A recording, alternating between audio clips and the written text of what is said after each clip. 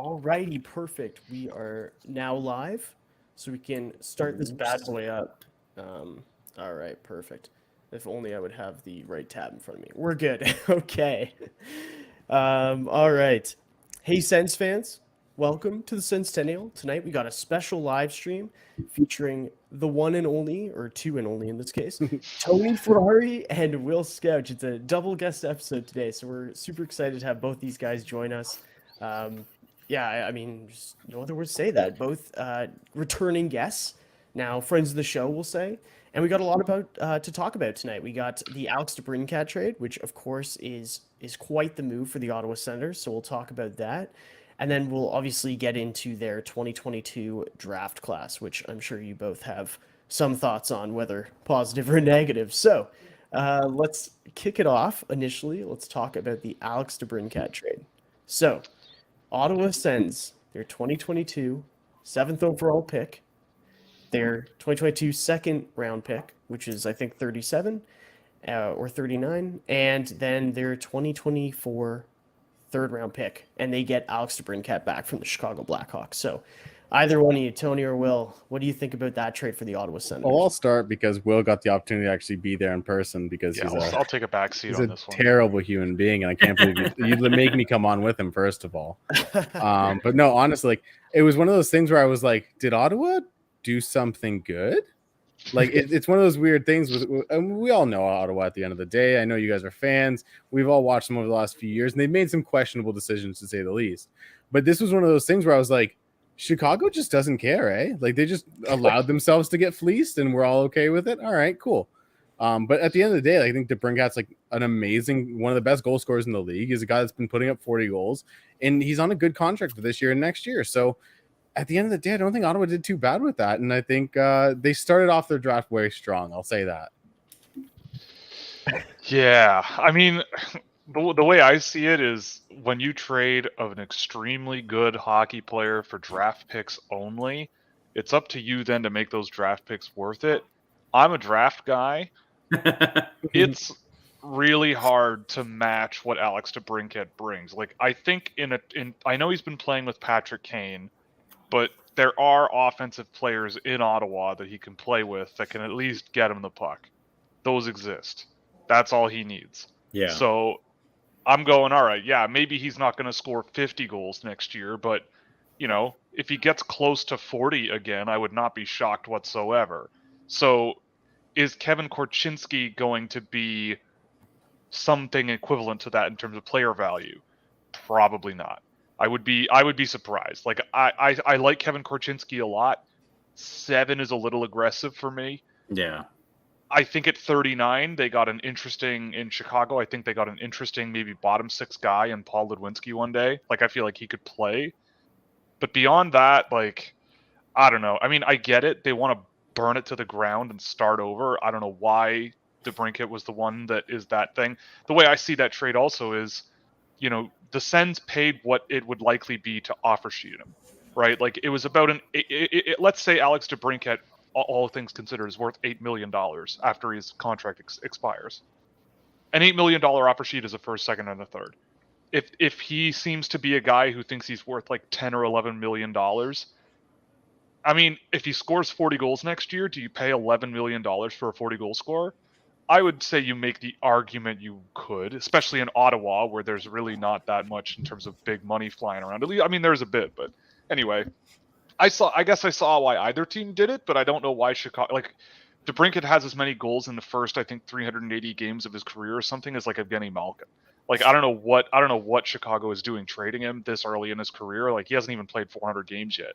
So I don't know, but good for the Senators, right? Like, I think Matt, you said they went from, or maybe it wasn't then, but it was like they went from potentially trading the 7th overall pick and Matt Murray to trade down a bunch of spots to trading the 7th overall pick and a couple of other picks that nobody cares about for Alex DeBrincat. Like, in literally less than 6 hours, that was the story that changed. Yeah. It was crazy.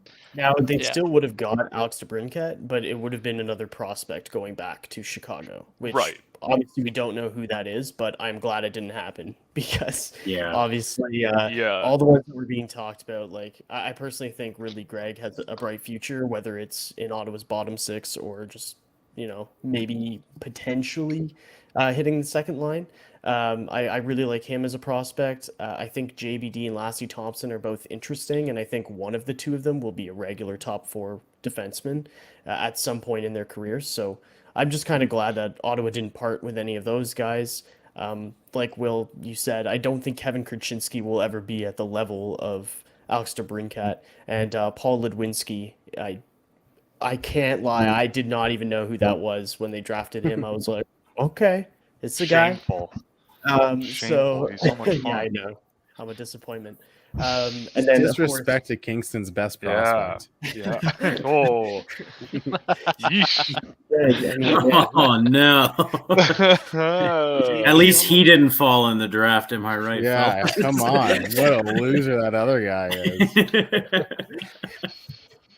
I'm staying out of this one. I'm good. Yeah, I mean, like just Lewinsky looking, stared down the Sens draft table after. Yeah. just looking at the value though, like I know a lot of people on Twitter were saying that they basically gave up what Tampa gave up for Brandon Hagel. But honestly, like I would maybe argue Tampa gave up more. Both the players that they gave up were almost knocking on the door as NHL regulars. And Korchinski was a reach at 7. Like I think we can all agree on that. And if there weren't as many quality, or if there were more quality defensemen in a defenseman-starved year, he probably wouldn't have gone that high. But here we are. Getting DeBrincat is. I remember I was in the Great Canadian Superstore buying groceries. Constantly checking my phone and being like, "Oh shit, we got him." And you Ladies and gentlemen, we got him. We got him. Like you could make the argument DeBrincat's been their best player for the last couple of years now. And I remember his draft year just being him lighting up the OHL, and him just going down because of his size. But I'm glad they took a short king. And DJ's favorite kind of player. I know, and that's why I thought if they struck out on DeBrincat, they would maybe draft Matt Savoy. But I'm very happy they got DeBrincat. I'll say that. Yeah, you take DeBrincat ahead of that. You take the certainty for sure, which is. And it's funny because I'm a draft guy. Tony's a draft guy, but it's like, no, skip on that one. You're good. I think you're okay. Wait until 64. In my head, I'm like, does this trade look differently if, say, David Juracek's the defenseman they take at 7 instead? Yeah. And I'm like, it does look different, but like not that much. Like, it's not to the point where I'm still like, I'd still take DeBrincat. Like Will said, we're draft guys, but like you take the young player who's putting up 40 in the NHL already over any of these prospects pretty much. Yeah, and that's what Trent Mann was saying, right? He's like, yeah, we could have had a guy at 7th overall, but the chance that they actually become a player like DeBrincat is not very high. And they had the Sens development coach on the radio today, Sean Donovan, who also had his son drafted by the Ottawa Senators. But anyway, he was on the radio today, and he was saying, to only have to give up a few draft picks for DeBrincat, like even the Sens front office, their coaching staff, they know like that was a hell of a deal that they pulled off to get DeBrincat. So I think it was worthwhile to bring up because obviously the Sens used draft capital to trade for him, and I was pretty excited. I was outside the Bell Center, and I was like hugging random Sens fans. I got a couple like props from dudes who I didn't even know who they were. I had some guy when I was walking back to my Airbnb at night, and he like yelled at me. He's like, "Go Sens, go! Hell yeah, DeBrincat!" And I'm like, "Yeah, man." So no, it was a pretty cool vibe, and it was the one draft I go to that the Sens don't have a draft pick in the first round. I think it's the first time in 8 years. Is the one I go to, and they don't have a pick in it, but I was totally okay with it. Yeah. Mm-hmm. Sounds about right.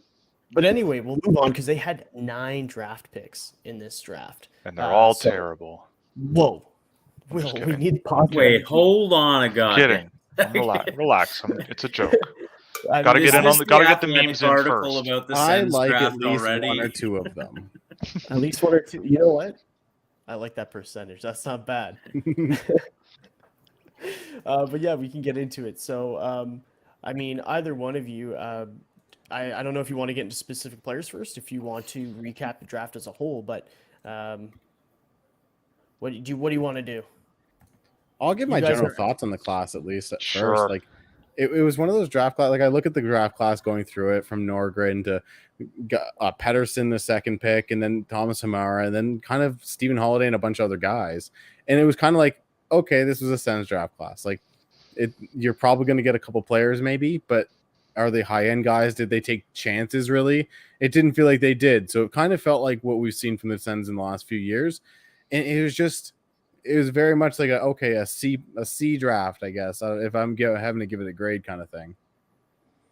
Yeah, I mean, there's a couple of ones where you don't really know what you've got yet. Like, that's the interesting thing about it. Like, Cam O'Neill, I haven't even seen. I haven't gotten to him yet watching him, but, you know, usually AAA guys don't work out. But, I mean, he scored, like, a ridiculous amount of points in AAA 18U hockey and, you know, went to Tri-City and, you know, that's a pretty decent program. And so I haven't gotten to him yet in terms of catching up on him. I feel like I've seen him play before. But I mean, I guess that's not such a good thing if I think I've seen him play, but I don't remember. But you know what? It's 143rd overall. Like, who cares? But there's like interesting guys that they drafted. I think, like, Tony's right. I look at Theo Wahlberg, and for a 6'3" defenseman, like, he's not the typical 6'3" guy that the Sens have drafted in the past, where they're just big and bruising and take 6 penalties a game. Like, he's an actually mobile, relatively skilled defenseman that can play. You know, so, and he's a 6th round pick or whatever. It was 168 or whatever, 5th round. Like, that's perfectly acceptable. You know, could they have aimed a little higher? Honestly, like, in terms of the draft class as a whole, I was sitting there on day 2, and sort of once you get past, I'd say like 50 or 55, there were very few players where I'm like, I'm pounding the table for this guy. Like, I'm really excited about this guy. Like, in the first round, even towards the end, like, I was sitting with someone and we basically, at a certain point, we're like, okay, now around 11 or 12, it's like, now you start pounding the table for like a Liam Ogren or a Noah Ostlund. Like, that's where you're starting to pound the table for them. They go off the board like 8 or 9 picks later. And then after that, it's like, well, I don't know, like, Brad Lambert's still available. You could take a chance on that. You know, that's, you know, I mean, whatever, you say what you want about Brad Lambert, but that was kind of expected on draft day. But then, like, very quickly, but by about 50, you know, whatever, would Philip Nordberg have been my pick at 64, even knowing that it wasn't that exciting at that range? I mean, I think he could work out. He could be a thing, sure, but I think there's a really long way to go for him. But he's fun to watch at times. So I don't know. It's like Tony's right. It's a Sens draft, and considering they started at 64 and that was their first pick, like, what are you really looking for, right? Like, there's not usually guys in that range where you're like, holy crap, I can't believe that guy's still available. Like, there was one guy that I was in disbelief that was still available, and he didn't go until like 160. So whatever, like, that's just how it goes. And I think that if you set your expectations pretty low for the Sens in this draft, then maybe someone will come out and play minutes, and it'll be a good one when you look back. And I know Tony really liked Tomas Hamara, so I was going to ask him about him specifically and what you think about his game. Well, I wouldn't like. I really like him as strong. That's a very strong statement. We're not going to go crazy here, but I do. He was probably the pick that I liked best out of all of the ones they made. He's a guy that I think can play at both ends of the ice a little bit. His defensive game is very hit and miss, though.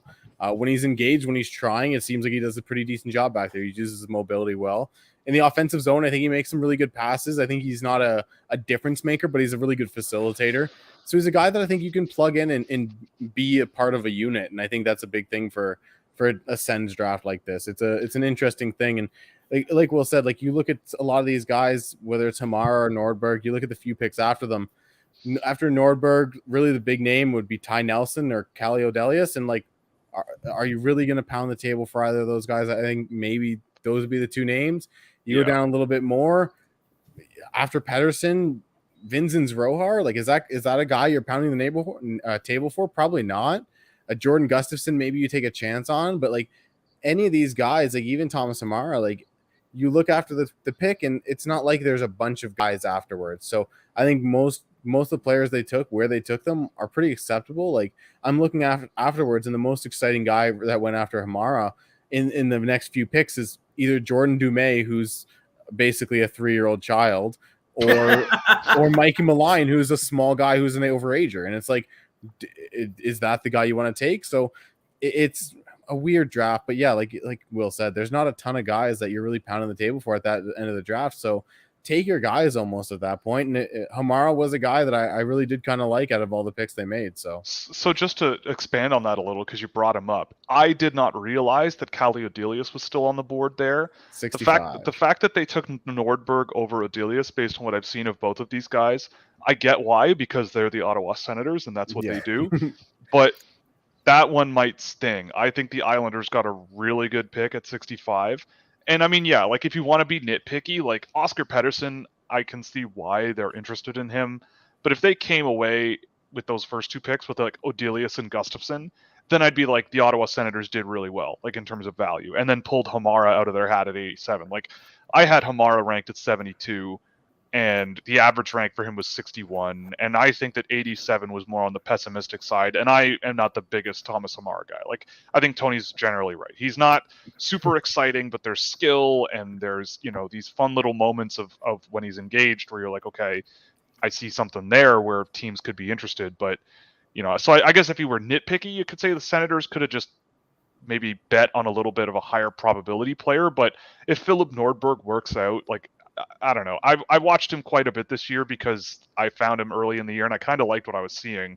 But then the more I watched him, especially at the men's league level, a lot of problems got exposed. Like he's kind of like, that Juracek, Leon Bixel type player where you see the mobility that a big guy like him has, but he just is not strong enough or quite mobile enough to really apply it that well. Like some of his data that I pulled was just terrible. Like it was bad. Just like not moving pucks very well, not shutting down transitions very well, not completing passes very well, just very sort of awkward.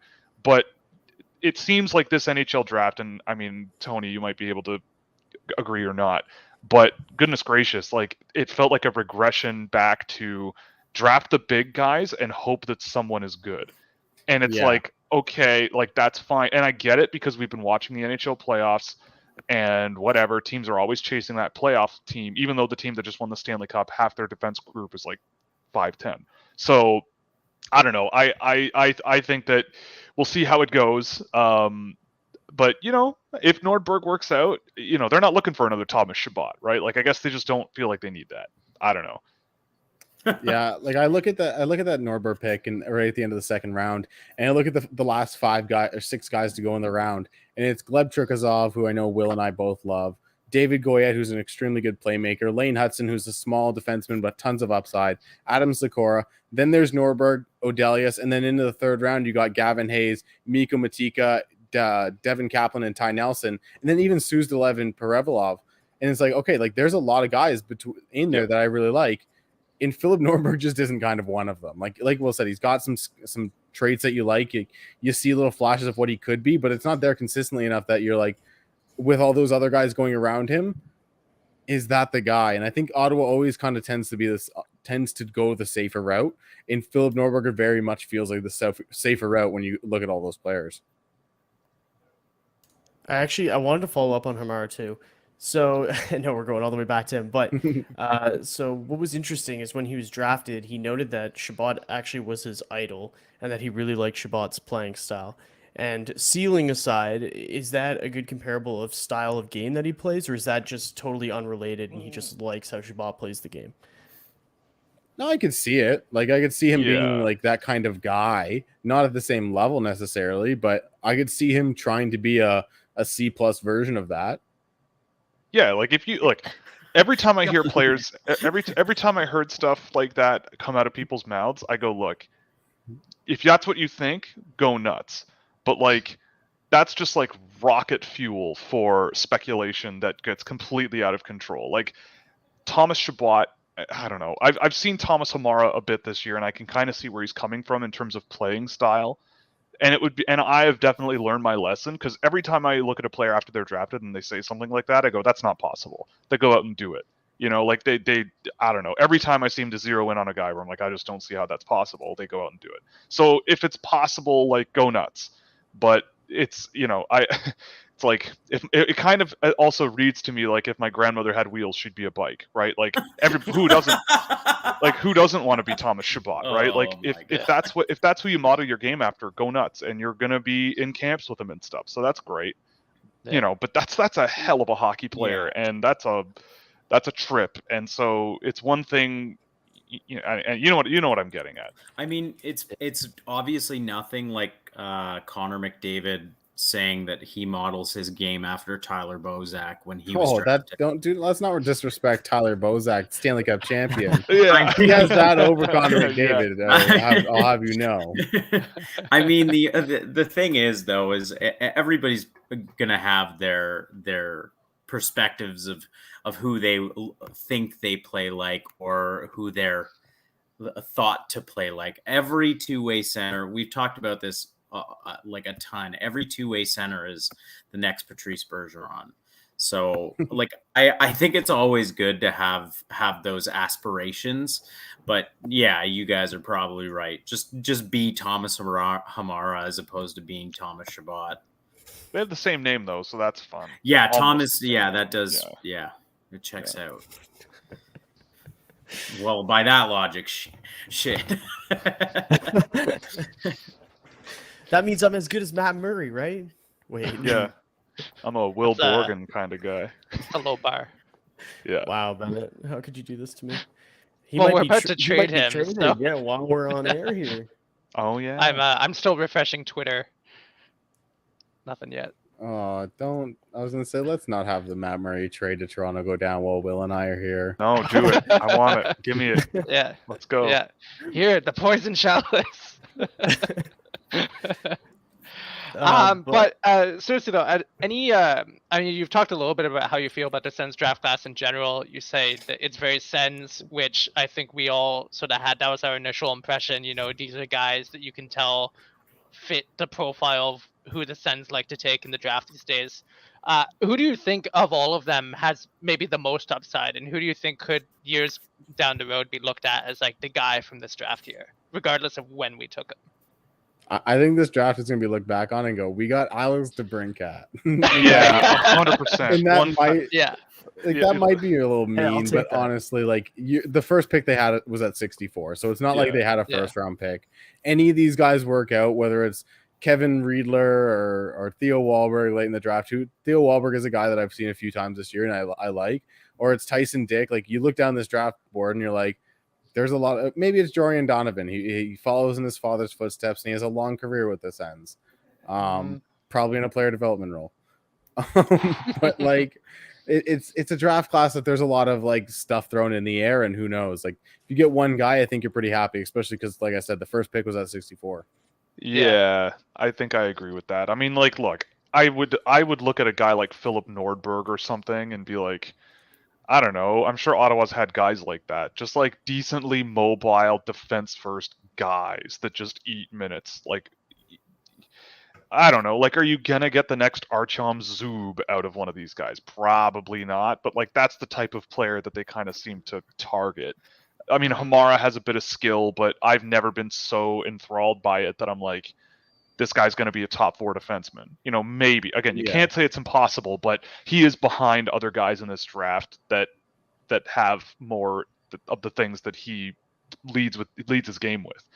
I would say that of all the guys they drafted, the one I'm most curious about is Wahlberg, simply because I've seen him in the last month or so, and I think that he's kind of like a big, rangy defender that in a good NHL program, like in a good NHL team that actually knows what hockey looks like, he will be a good, big defenseman on your back end. Like mobile, skilled, simple execution with his passes, hard, crisp breakout passes, like really simple but effective hockey that doesn't rely too much on being a big meanie pants. And I feel like that's a good sort of balance for a guy like Wahlberg. The rest of them, I don't know. I'm not a Jorian Donovan fan. I'm not a Tyson Dick fan. Oscar Pettersson, like, the guy can shoot. I think he should have been drafted. I didn't have him ranked, but I was like, look, if he gets drafted, I'm absolutely not surprised. The guy can finish. And the Sens have drafted guys that in the past they don't do much but finish, and that's been okay too. Like, you need guys like that as well. Stephen Halliday, like, you got to be really, really careful when you're looking at 20 or 19-year-old USHL guys, especially when they're 6'4" and it's like his fourth season in the league there. But, he can drop a shoulder. He was a power forward. Like, he's a nice, skilled power guy, and maybe there's something there. I don't know. But I think a lot of it, when you look on the whole, I think Tony's right. Like, you look at this draft and go, yeah, we could have had a top 10 pick, but we got Alex DeBrincat. And you look at the guys you did draft, and if you end up with one or maybe two minute-munching bottom pair guys who might not score a ton, but don't look bad playing defensive hockey, and maybe a bit of scoring depth in a guy like Pettersson, and the wild card is Cam O'Neill, I would say. But like the rest of them, I don't see much. I mean, you got a goalie too, so who knows what's going to happen with him. But I don't know. Yeah, it's the DeBrincat draft. Like, that's how this kind of went for them. Yeah, I And think don't this is forget, that I was goalie was big. Yeah, that's true. You got to have the big goalies. You can't draft a goalie if he's not massive, right? Like, Lucas that's the rule of thumb. Swedin went undrafted. He's 5'10" and stopped like 93% of the shots he faced this year. Can't have that. You got to draft a guy that played J18 hockey, who's 6'5", and whatever. But I don't know. It's one of those things where I think I've talked to Will a bunch of times about this. I've talked to a bunch of other people, and we always kind of go, in our minds, you draft for the top 6, the top 4, and then you sign or let those guys fail into your bottom 6, or you sign the bottom 6 guys. And it seems like the Senators draft philosophy for the last few years, at least, has been, we're going to draft our bottom 6, and hopefully they can rise up to our top 6. And maybe that's not the best strategy in the world. Is not personally not the strategy I'd take, but that's very much the vibes that you get from this draft class. And like I said, you got Alex DeBrincat, you got your guy. The rest of these guys, hopefully they work. Yeah. And I'll be honest with you, when you look at Ottawa's top 6, like, you got Brady Tkachuk, Josh Norris, and Drake Batherson, right? Those guys are all like 22, 22, and 23 or something like that. 22, 23, 23. Anyway, they're all very young. You look at Tim Stützle and Alex DeBrincat now. They're both, Stützle's 20, DeBrincat's 24. So I think with their top 6, like, if they can keep that core group together, they have their top 6 figured out for the foreseeable future anyway. And not saying that they should draft bottom 6 style players, but I think I can understand let's get guys who project out as meeting that criteria of being bottom 6 players, because that's what they feel like they're going to be filtering in and out, kind of like Tampa Bay. That's obviously long term, and if Ottawa can actually manage to become a contender, but that's just my hypothesis, I guess. There is something to be said for the idea of it is hard to acquire depth pieces, especially at the trade deadline, without overpaying for guys. But that being said, I mean, you're high on some copium if you're like, yeah, it's good to take guys who are bad and who aren't as good as the other guys. Yeah, like I said, you almost want, like, I mean, worst case scenario, you draft a really high upside guy. Say, obviously they didn't have the first round picks, but say they drafted Matthew Savoy, and Matthew Savoy worked out to be a really high end top line center. Well, then you have this great problem of going, hey, is Stützle our third line center? No, obviously not. Okay, is Josh Norris our third line center, or do we move him to the wing? And then you have a great problem on your hands. And I think that's where you want to draft for that upside. But at the same time, you got to kind of go with what you got. And Ottawa's worrying about the cap 3 years in advance at all times, it seems. So do what you got to do, boo. As much as the Ottawa Senators have this like really strong core, I also love just going back in years past and like seeing what the Sens could have added, like having a Logan Stankoven in the back pocket at 39 instead of Zach Ostapchuk, who and at what is it, 49 you've got Chibrikov, Koivunen, Ratu, Jack Peart.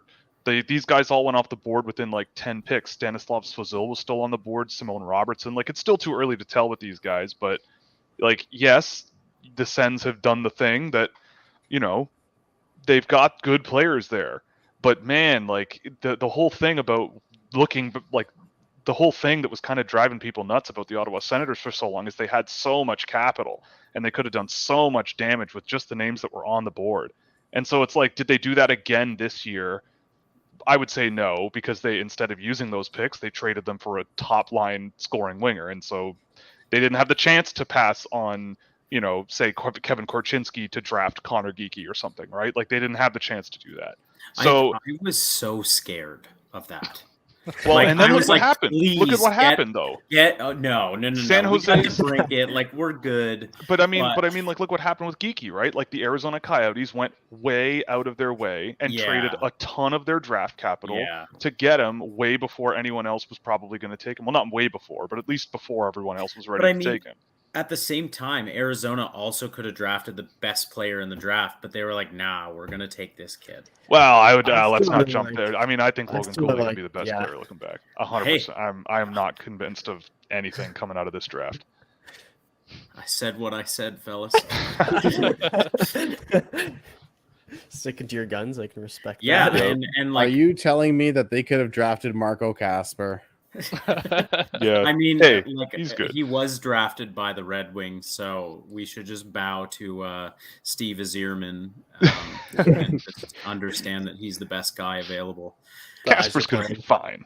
Yeah, like I think this year we saw a lot of drafting for need as opposed to like BPA, and that's like in my opinion, that's why they took Slavkovsky at number 1.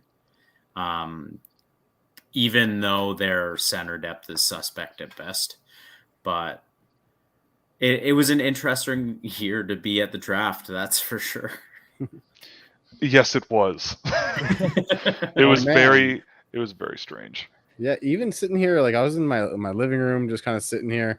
Obviously, the vid and stuff, and so I wasn't able to be there. But I'm sitting here, and my girlfriend's here with me and stuff, and she's watching it with me, and I'm like, oh, if they take the Slovak kid, if that's who they take, I'm gonna go wild. And then they did, and I jump up from my couch, and I'm like, what is going on? And then things just kept falling with Nemec and Cooley and Wright, and then of course Gauthier, who went at 5, even though I'm not fully sure that should have been where he went, but his interview process must have been absolutely fantastic. Or something. Tony, you can be confident. That is bonkers. It is bonkers. It's bonkers. I don't get it, especially with your check. Like even Marco, like, if you wanted to cut or Gauthier, why didn't you draft Marco Kasper? No, yeah, you know, he was asked like, what do you model? Like, what animal do you model your game after? And he answered with a Bobby liger. Clark. He said like Bobby Clark. Yeah, no, I felt the same way being there. Like it was so funny walking in. One of the first things I saw walking into the Bell Center was a guy walking by with a Shane Wright jersey on, like a Montreal Canadiens 51 Shane Wright jersey. And I met up with someone on the team side before the draft started, and we saw another one walk by, and I'm like, this, I don't know, that's like the 4th one I've seen. And the guy working in the league was like, yeah, that might be an actual waste of money. Like, I wouldn't be surprised if he's not the first pick. He's like, yeah, that might sting a little. So it was, and hearing how things kind of broke down afterwards, and like just talking to people and hearing how things happened was kind of interesting. But like, when I get told how that goes, like, I'm not surprised that what happened. But man, I mean, like, there's a lot of Habs fans. I know this is a Sens podcast, but I have to say it. Like, I know there's a lot of Habs fans out there being like, good riddance, like, screw this guy for like giving them that stare, and like, he could, enjoy Seattle where there's no fans, blah, blah, blah. But like, they interviewed him the day of the draft with Slavkovsky. Like, it came down to those two guys, and the decision had been made, and I guess that was them telling him it may not have been him, but it's not like Montreal was like, he sucks, right? Like, he was the alternate. Then he doesn't go at 1. They take the winger. New Jersey was apparently trying to move that pick literally right up until they made the pick. They were desperately trying to find a deal that worked, and they desperately did not want a center. I don't know why they wouldn't want like Shane Wright as your 3rd line center. I don't know why you wouldn't want that, but they didn't. So they went with the guy that they were going to draft no matter what. And Arizona, 1, they're frigged, and 2, like, honestly, you flip a coin between Cooley and Wright, I don't care. Like, between the two of them, I don't care. So they took the American guy, the kid who likes golfing, and said that he's looking forward to golfing in Arizona, which is hilarious. Oh my god. And then Shane Wright goes to Seattle, and they go, okay, thanks. Like, it's just funny how things kind of worked out that way. Looking back on it and like hearing what people had to say about the situation, but I don't know. Like all the talk like immediately post draft just kills me all the time. Like how extreme people are and how dramatic shifting opinions can be. And like I guess it's good for the Senators because they get to avoid the shock of who they were going to draft at 7 and 39 this year. We got the best player available. You got the BPA. Yep. Shane Wright hasn't scored 40 goals yet. Damn straight. No, that's like I loved being there because it was stress free for me. Sens didn't have their first. I was surrounded by Habs fans and one random Devils fan, and I mean he was hollering when they picked Nemec. He was more than happy with it. He was like, "Let's go!" And I was like, "Okay, man, like that's." Byron Bader loves the guy. Byron Bader he says he's the best defenseman since Victor Hedman. So strap in, let's go. That's gonna happen. Yep, 100%. Okay, so I was gonna ask some of the chat questions that we got in here. Someone wanted to know other Matt's thoughts on the Habs all-star pick Uri Slavkovsky. Yeah, I mean he's a physical specimen. He shows up when it matters. I mean, Will and Tony are probably the guys. Yeah. I'm very on the spot. I didn't do much homework on the guy, but he was a beast in the latter half of the year. And he gets into the corners and he's 50-50 puck battle, and that's what you need. This has been your intermission interview. Yeah. Thanks. Well, no, just kidding. Okay, Boyan has one. I'll direct this at Tony and Will, especially Will because he's in the Toronto market there. But Boyan's curious to know if you guys had any opinions on why the Maple Leafs want Matt Murray. Because he played for the Sioux Greyhounds and he's a goaltender, and they don't have any of those. Like, it's that simple. Big Sioux Greyhounds. I don't know. I mean, I guess I know that they're doing their due diligence on the medical side of things.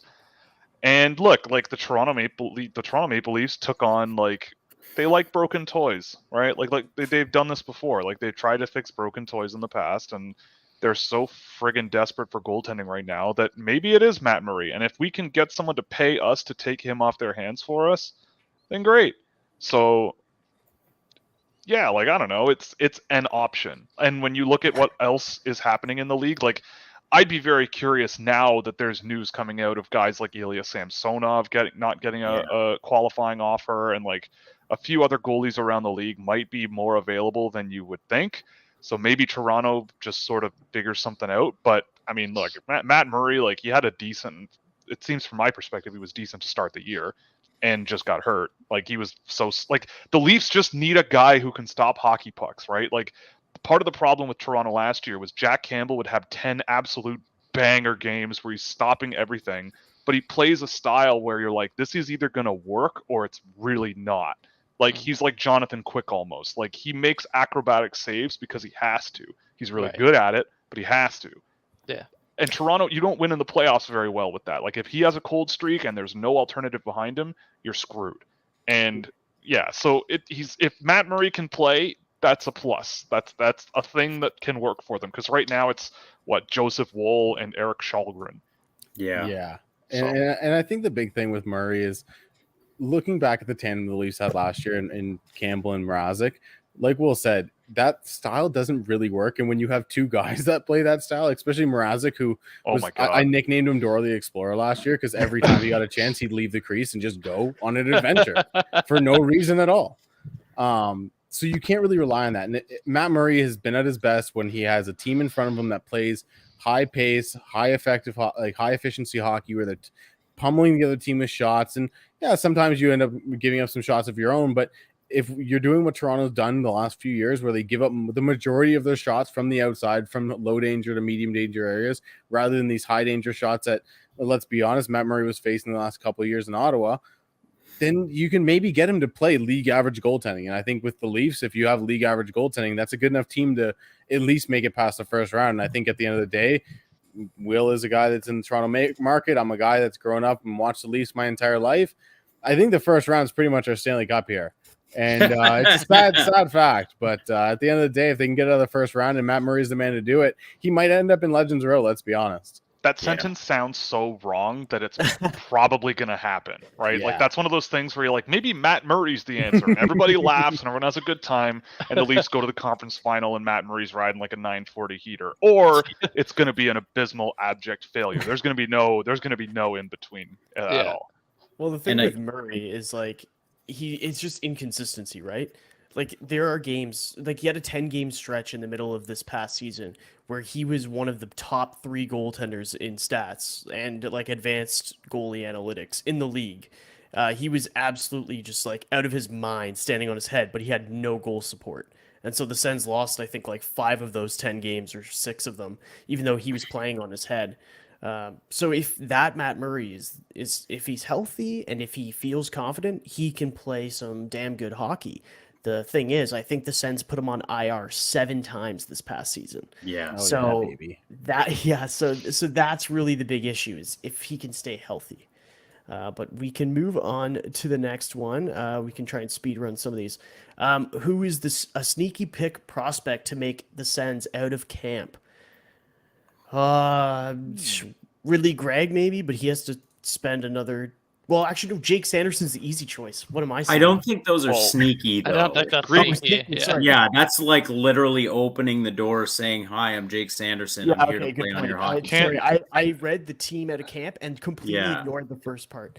Can't Ridley Gregg literally not make the team out of camp because he's suspended? He has a 1 game left. So he's literally not going to make the team out of camp.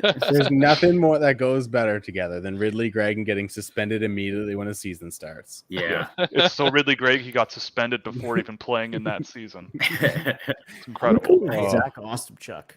That was my pick too. So he was. That would be the most Sens thing ever to happen. I just need to say that out loud. Yeah, so he was one of the final cuts to their preseason roster last year, Of course Which is he was. insane. That is insane. No, but surprisingly, he played quite well in the preseason, and they ended up sending him back to junior.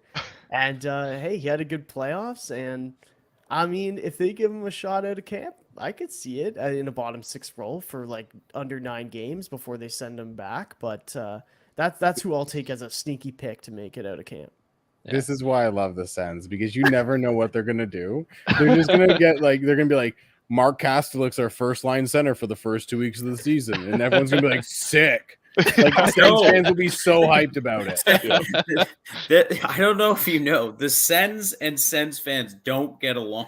It's the greatest thing of all time. Period has been a blessing in disguise, but otherwise we're like, what is going on? Yeah, before that DeBrincat trade, I think like the fans as a I whole, mean, Bennett was having a meltdown. Yeah, Oh my God. I was going on like a tweet spree about how everyone's expecting the Sens to get a good player. They're not. We're gonna get Josh Anderson, and everyone's gonna have to suffer. Pierre Dorian saw that and was like, "Shit, I better make a trade." Yeah, like he lived on his burner for that, like those couple hours. Yeah, he's like, maybe I shouldn't have done that. Jeez. I was sitting here like working, like refreshing Twitter, just fueled by nothing but hate, and but you know what? I mean, I do feel vindicated because, as like Pussy stated, we very nearly did completely squander the 7th round pick to move Matt Murray. So it's not like it's not like I was just out to lunch thinking the Sens would do something stupid, because we really tried hard to do something stupid, and only like Matt Murray actually saved Dorian from himself and like allowed us to swing the DeBrincat trade. So. Our dark night was literally Matt Murray, like the hero we didn't know we deserved. I have the true surprise pick that's going to make the Sens roster out of camp. Tyler Boucher. Wade Redden. He's going to come back. Get him back in uniform. He's going to come Isn't back. he like and he's gonna make it 53 years old? That's He is fine. like 52 He's or he's something. good in the room. The Sens love that. Yeah. Bruce Garriock is reporting that in this proposed trade with Toronto and Ottawa, that Ottawa is likely not getting a player back in the trade, because I know a lot of Leafs fans are talking about Justin Holl coming back. So It looks like it's just going to be, I don't know, I guess salary retention and maybe a draft pick or something. I'm not sure. Well, we'll see. We'll see. Oh, the Leafs signed Scott. Oh wait, no, never mind. No, that was in old tweet. 2021. That was an old tweet. Oh, you're looking at The the thing same about- yeah. The Wait, thing what? about the thing about trade rumors is that they don't matter, and when trades happen, everyone knows when they happen. So Yeah. it could involve a player, it could not. I don't know. I mean, forever we thought we were getting Fiala, and then we got DeBrincat. So well, like, yeah, of Ugh. course, yeah. Like that was all another insufferable thing. Sens fans wouldn't shut up about is what happens if we get Kevin Fiala. It's like, and it was literally nonstop for like 3 weeks of like, well, I don't know. Will, what Here's else do we have? Here's a You have wonderful have thing. like Tim Stützle and Brady Kachuk and like Ridley Gregg running No, around braining people. Don't Like talk about that when you 30 can talk goals about for him, Matt you got- Murray. you got lots to rally behind. You got Jake Sanderson to hype the crap out of. I've missed the Jake Sanderson train. So well, you if we're know- talking about trains, we got to talk about Tyler Clevin. Hell K yeah. train, baby. Let's Yeah, go. King Just train. that stud. Yeah. But no, here's a fun stat, or not stat, but a fun thing. Matt Murray coming to the Leafs, if it were to happen, would be the 10th former Stanley Cup winning goalie Toronto's Yeah. had since they last won a Stanley Cup. That's so funny. life is pain, Tony. Life is pain. Of course and he is. stupid. Like, why Yeah. wouldn't it? So Feels dumb. bad. This sport. This one I know Tony and Will are gonna love here. Are the Sens a top 5 team in the NHL? It's them, Tampa, and Colorado, top Yeah. 3, baby. Don't lie to Easy. me. Well, I mean, they better friggin' be better. Like, they better.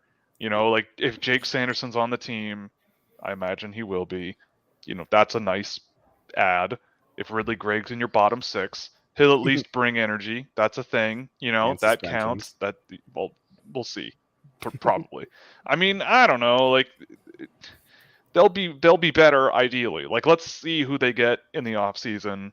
I think we're gonna see a lot of like the big 3 in the Atlantic are Tampa, Florida, and the Maple Leafs, but I think we're gonna see Boston regress Yes. a lot.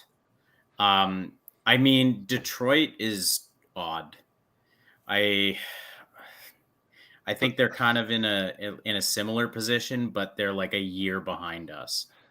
Like if the I'm Sens, being yeah, honest. like the Sens defending wasn't particularly great last year, Mhm. but their real weak point was scoring. Like the Mhm. top 5 teams in the league last year. So Florida, just for example, Florida scored 340 goals last year. Ottawa Yeah. scored 227. The Toronto Maple Leafs had 315. Ottawa had 227. Like even the Bruins, like they were 30 goals behind the Bruins, and the Bruins have like one line.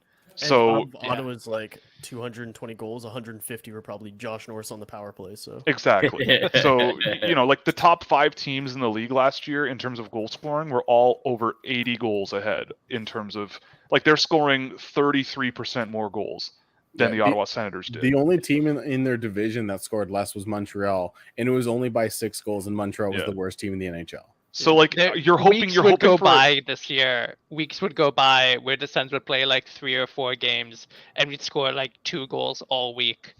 Yeah. It's like we Yeah. were riding Which this is like exactly, like which is exactly why when every time Sens fans go, "Oh, our top 6 is set," I go, "Is it?" yeah, no, Yeah. it's not. Like, Like, is it it? can't be. I think so. So hashtag bring Giroux home. First of all, Oh, here we go. I No, love I'm it. just- Giroux so- from 4 hours away, bring him home.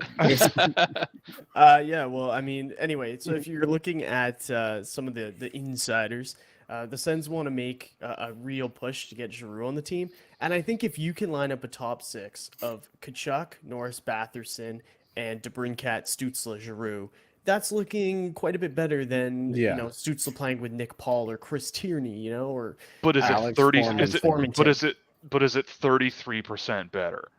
Like I mean, that's a DeBrincat big helps. gap. Yes, DeBrincat DeBrincat really does helps. help. It Yeah, I does. mean, but you're also still getting like Claude Giroux, who is an excellent defender, as well as puts up last year he had 65 points or something like that. Just adding that to I don't know. I mean, I'll believe it when I see it. It's just a really steep uphill battle, I think.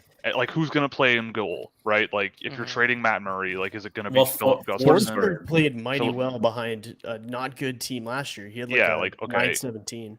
Anton Forsberg is your goalie. Hell yeah. Hey, like, Okay, but I'm just saying. Before I'll believe it when I Will see on it. stream, Philip Gus Could they is be? who Could they be a need. playoff team? I think they absolutely could be a playoff team. Yeah. Do I think they're top 5 in the league?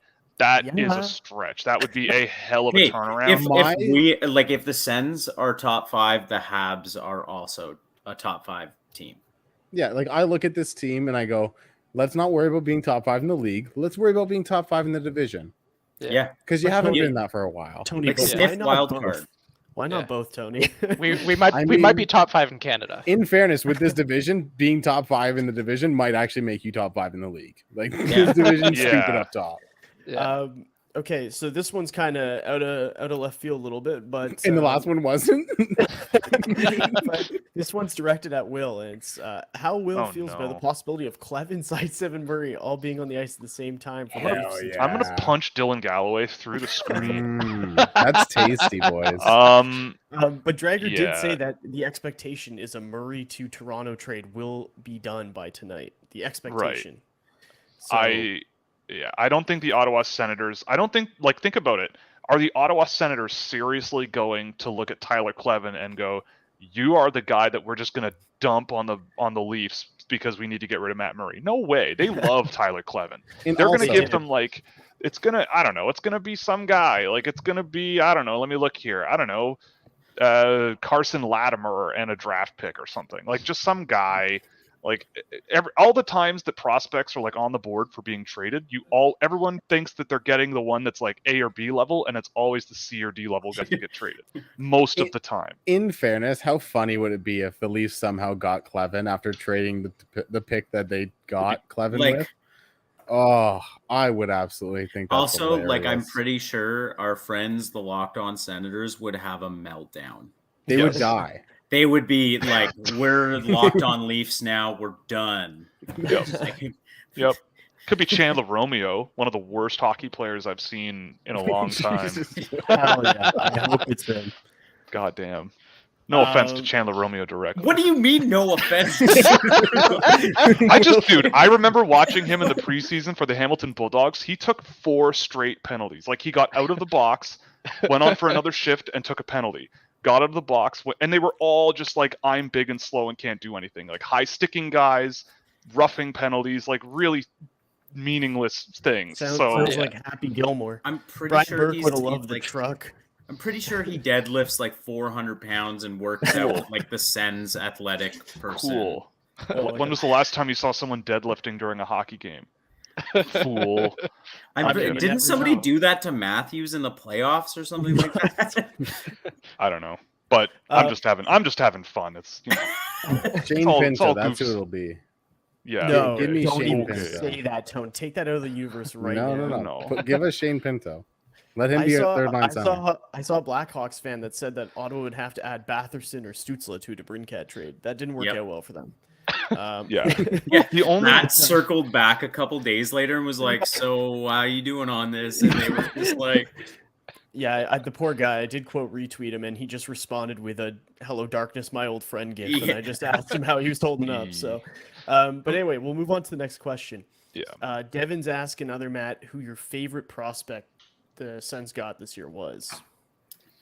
my favorite prospect. I have a lot of questions today. Jeez. People I'm love gonna you. say, I really like Sean Holiday. Is it? It's Sean, right? Steven No, Holiday. Stephen Halliday. Okay, sorry, my bad. Favorite prospect, my ass. Yeah. I mean, I That's how barely good know this class Hamara's was. name. I really liked a lot of the top prospects, and I was hoping some of the guys that we were looking at would kind of filter out into the second round. And of course, the Sens kind of went off the board with some of their picks. But he kind of reminds me of the Sokolov pick a lot. Being an overager, scoring a lot. And I guess he was the first overall pick in the USHL. So we'll see how it goes. He scores a lot. It definitely seems like a Senators pick. Go with somebody who can kind of step into the AHL in the next 2 years, something like that. And if it works out, it works out. But I think the biggest takeaway is that we got DeBrincat, and Tony has said nobody's going to remember this draft because we got DeBrincat. And especially once we sign him to that long-term deal, it's all money in the bank, baby.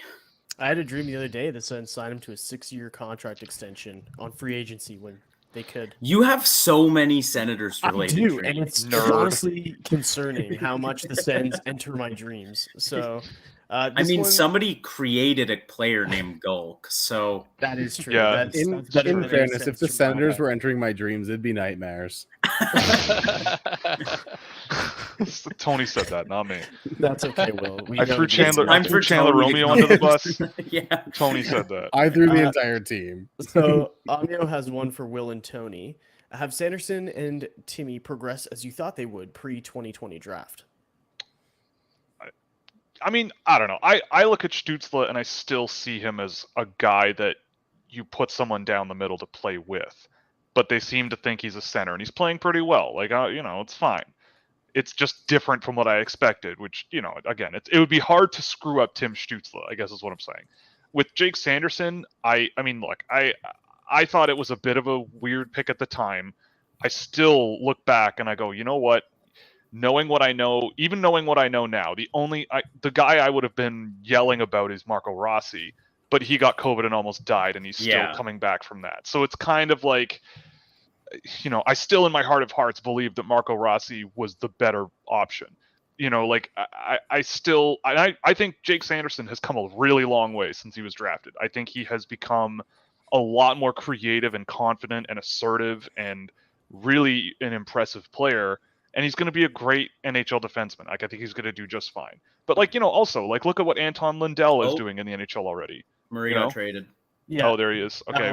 Frank Cervelli's saying about 25% retained. Ugh. A 3rd round pick and a 7th round pick for future considerations. Okay. Whatever. What's his cap hit? I forget. $6.25 million. So the Leafs are paying him like 4. No. No, 5. I think it's 4.5-ish. Yeah. Oh. And we took 1.25 or something like that. Claude Giroux's coming home, baby. All right, so the Leafs are still going to pay Matt Murray $5 million. Okay. Literally a future considerations trade. You don't see many of those. Yeah, for your starting goalie, that's wild. All right, we'll see how it goes. Let it ride, baby. Yeah, let it ride. Whatever. Well, you heard it here first, folks. Yeah. Yeah. All right then. That's our reaction. All right then. Yeah. Okay. We'll try. Oh God. We'll try and get a couple more here, and then we'll let you guys go because it's been almost an hour, and I don't want to make you spend your whole night answering troll questions. So we're not even going to discuss Evander Kane. Sorry, the day's end, but no. Trash. I mean, I think this one is fair. Will, you kind of alluded to it earlier when you talked about DeBrincat and the goal scoring totals.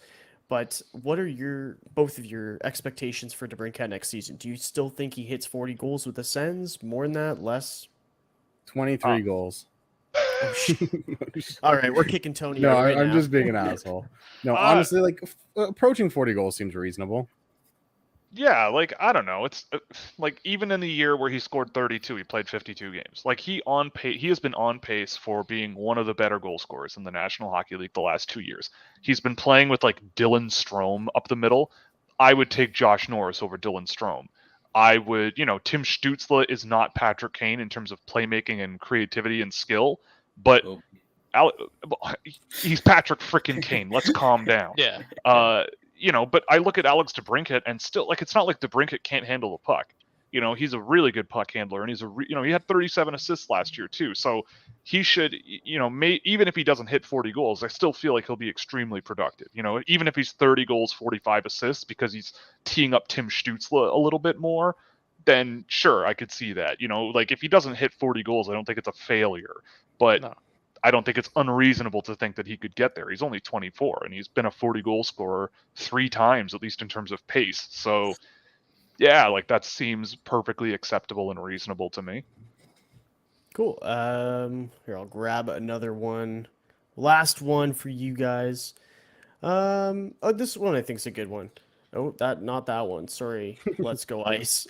This one's a good one. Just kidding. Boyan asks, besides Giroux, what are some free agency additions that the Sens should make? So Giroux isn't an Ottawa Center yet. Okay, that's Wednesday. But other than Claude Giroux, Tony and Will, who else do you think that Ottawa should at least pursue in free agency? I'm looking at a list of free agents now. Let's say Evgeny Malkin, Claude Giroux, Patrice Bergeron, maybe Johnny Gaudreau would look really good. All of them. Just get all of them. Let's do it. No, I mean, I don't know. I mean, it depends on how much they're willing to spend. And that's the big wild card with the Ottawa Senators is like this new ownership situation, like everything, it seems like they're willing to stick their neck out and spend a little bit of money. You think about where they need help, and I still think their firepower could use a boost, a little shot in the arm. Like if you don't get Claude Giroux, because I feel like a lot of teams are going to be looking at him, like what does Andre Palat cost? What does Nino Niederreiter cost? Right? Like what does Vincent Trocheck cost? Andre Burakovsky, like these guys where you would need to spend money to get them, but on a reasonably termed deal, they could be pretty useful. You go further down the list. I mean, I don't know. Like, I feel like David Perron would be a fun Senator if you could get him a little bit cheaper, and he's in your middle six kind of thing. Like, he's still scoring. He could score 50 points this year, and he's going to be 35. And you could probably get him relatively cheap. Like, it's really hard to tell from this side of the world of hockey that what guys are worth and who's in on whom. But I mean, I would at least focus on like adding a little bit more firepower. Figuring out how much you're willing to spend per signing. Like you got to keep it somewhat reasonable, I would think, because in that area, if someone's offering Vincent Trocheck 6x5, that's I don't think that makes a whole lot of sense. But you might be able to find a guy that just sort of slips through that first wave of contracts, and you could get him a little cheaper or something like that. But there are good options, I think, for what the Sens I think need. Yeah, I think the first name that popped into my mind was Ryan Strome. Dylan Strome, sorry, not Ryan Strome. Go for Ryan Strome too. No, they're both free agents. But no, honestly, get Dylan Strome. Like he's a guy that's still fairly young. Like he's only 25, if I'm not mistaken. He's had productive seasons. He plays in the NHL. He has some familiarity with DeBrincat as well. How awful would it look if you had DeBrincat, Stützle, and then put Strome down the middle, and then you have Strome and DeBrincat or Strome and Stützle both playing center a little bit, kind of back and forth, and you have him kind of being able to take the face off when you need him to and whatnot. So I think he'd be an interesting ad. And then worst case scenario, you end up with him on your third line. Like there's options out there, as Will list off a bunch of guys. Like I don't think the Senators are going to go after a big name like the Malkins, the guys like that are obviously guys that are probably going to re-sign with their own team, like Malkin in Pittsburgh. Patrice Bergeron, if I'm not mistaken, is already re-signed in Boston, or has been rumored to at least. So I think you go after a guy like Strome, and you just kind of go, let's get a guy that we can get in here, plays some solid minutes, isn't going to cost an arm and a leg, and at the end of the day, you have a good guy that kind of fit in with this team. Like Sonny Milano didn't get qualified. Danton Haynen didn't get qualified. Dominic Kubalik. Like Kubalik isn't phenomenal, but these guys are like in their mid-20s, but they're fine players. Evan Rodriguez, like what's he going to cost? Like there's a lot of players that I would be interested in kicking the tires on, but if they cost me $5 million a year, I'm a lot less interested. But if they're more like $3 to $4 million on a decently length deal, then sure, I could see it. If Ilya Mikheyev is a free agent, like if I could see Ilya Mikheyev in an Ottawa Senators jersey with how he plays in sort of the middle six, and it's just more of that like strong foundation. Because I find with the Senators, like you said earlier, you look at top six, there's top six is not the worst that you could find, but I find that when I watch the Senators, they just have nothing in terms of pushing the puck into the net from the bottom of the lineup. There's like nothing there that can like really sort of, when your top lines aren't on the ice, you're still generating results. So thinking about it from that angle, I think is where I would improve things. They're losing Tyler Ennis. So lose Tyler Ennis, replace him with two guys like Tyler Ennis, see what you can do. So, but I don't know. Maybe they'll go out and spend $4 million on Antoine Roussel and Jay Beagle. I don't know, maybe, but I don't know. I don't think that's in the cards. I hope it isn't, at least. I do for chaos. Oh my god. Well, I know other Matt really likes Dylan Strom, so he would not complain about that deal. Yeah, I just question like the fit, but I mean, if DeBrincat's here, him and Stutzla can kind of, go back and forth. I also saw Rem Pitlick wasn't qualified either, and I think he'd be a pretty excellent, bottom six guy to add. Will has a really good point. Our bottom six doesn't do much. I think that will be changing if you have a third line that looks like Pinto, Joseph, and insert name here. And then your fourth line is a bunch of grinders. It's going to be an interesting year to be a Sens fan for sure, because I think we're gonna turn a corner. But I probably put getting Giroux at about 85% now. So Hell yeah, let's do it. yeah. Well, I mean, since shedding all the Colin White money, now most of Matt Murray's money, I know Zaitsev, Garyok has basically said is not going to be here to start the season. So that's a lot of money they're shedding. Obviously, they got to re-sign Josh Norris and Alex And then the Formenton, Connor but- Brown conundrum. Yeah, and that'll be interesting. But anyway, thank you both for all your time tonight. I really appreciate it. It was really fun doing this live stream, even though we got hammered about the draft. But, we got DeBrincat. We got the good vibes. Matt Murray. You said Chandler Romeo is the worst hockey player you've ever seen.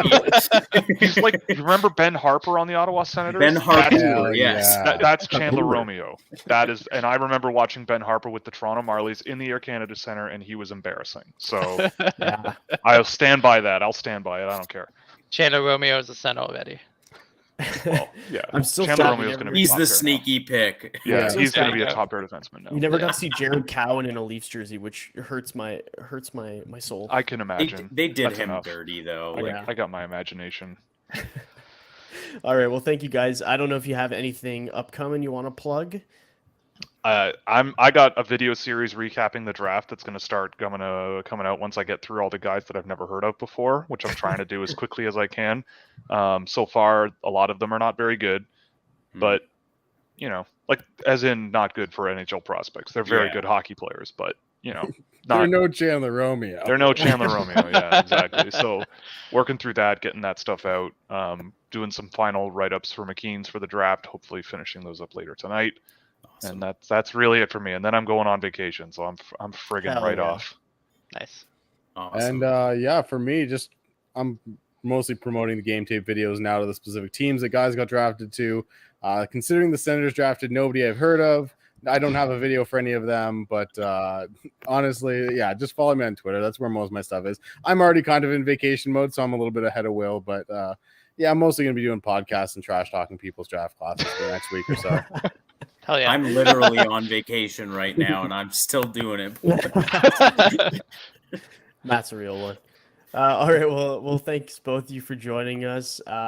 I'm sure everyone watching has heard of both these guys, but Tony Ferrari on Twitter at the Tony Ferrari and Will Scouch on Twitter at Scouching. Tony, do you have a YouTube channel? I know Will does. No, I'm mostly on the HockeyNews YouTube Tony, what the channel, heck? but I'll start a YouTube channel just for you guys, and I'll just be like, Chandler Romeo is No. so good. every week, it's like you spell his name, and then like as you get closer, he played 6 minutes last night, and he had a good game. He played 6 minutes, had 12 in penalties. That's why he played 6 minutes in the box. I'm staying quiet. Will's saying is Chandler Romeo is the one guy he would take in a one-on-one. Stay off my turf, Tony. That's what I'm saying. Stay he's off a- my turf. Chandler Romeo is going to be excellent for fantasy hockey purposes in any league that counts penalty minutes. Yeah, You're it's getting true. tons of truck points there. So much truck. All right. Well, thank you guys so Yeah. much for joining us. That was really fun. Matt, go enjoy your vacation. Tony, enjoy your vacation. Will, get out of here, finish your video, and then enjoy Yeah. your vacation. All right, see you guys. See you, And boys. then Thanks all. Exactly. Yeah. All right, go Sens, go. See you, buddy. Carlson to Dallas confirmed. Oh, what the? Bennett just pieced out. Wait, which Carlson? I I'm just Are you memeing. memeing? Oh my god. Yeah. Thanks everyone for tuning in. Really appreciate it. You can find us on Twitter at Senstennial. Please subscribe if you liked the video today. We have a couple more guest episodes coming up. So I really hope you guys enjoy them. One should hopefully be released this week, and then we'll have another one coming out next week. Stay tuned for those. Both great guests. One of them we've already recorded, and it was a great time. It was a lot of fun. So, yeah, that'll be coming out shortly. And thanks so much, guys. Go Sens go. And let's go read all about the Twitter comments of the Matt Murray trade that went down while we were recording this. He's gone.